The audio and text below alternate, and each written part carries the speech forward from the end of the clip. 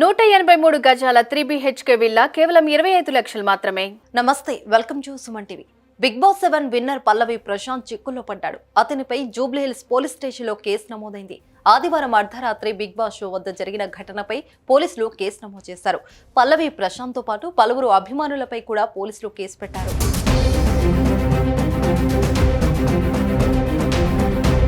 Big boss show winner ప్రకటించిన అనంతరం Annapurna studio వద్దకు భారీగా చేరుకున్నారు. ఈ క్రమంలో winner Pallavi Prashanth, runner up Amardeep అభిమానులు గొడవకు దిగారు. ఒకరిపై ఒకరు పిడుగుద్దులు కురిపించుకున్నారు. కొంతమంది అభిమానులు ఆర్టీసీ బస్సులో, ఓ పోలీస్ వాహనం, 2 ప్రైవేట్ వాహనాలపై దాడి చేశారు.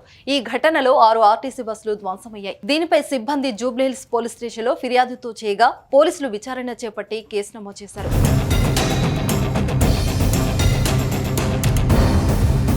ఈ ఘటనను సీరియస్ గా తీసుకున్న పోలీసులు పల్లవి ప్రశాంత్ పై సెక్షన్ 147, 148, 290, 353, 422 రెడ్ విత్ 149ల కింద కేసు నమోదు చేశారు. సీసీ ఫుటేజీ ఆధారంగా నిందితులను గుర్తించి కేసు పెట్టారు.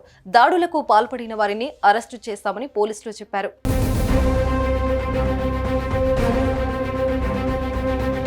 అంతకుముందు ఆర్టీసీ బస్సులపై అభిమానుల దాడిని ఆర్టీసీ ఎండీ సజ్జనర్ ఖండించారు. అభిమానం పేరుతో చేసే పిచ్చి చేష్టలు సమాజానికి మంచిది కాదని హితవు పలికారు. ప్రయాణికులను క్షేమంగా గమ్యానికి చేర్చే బస్సులపై దాడి చేయడం సిగ్గుచేటన్నారు. ఇలాంటి ఘటనలను ఆర్టీసీ యాజమాన్యం ఉపేక్షించే పరిస్థితి లేదని సజ్జనర్ అన్నారు.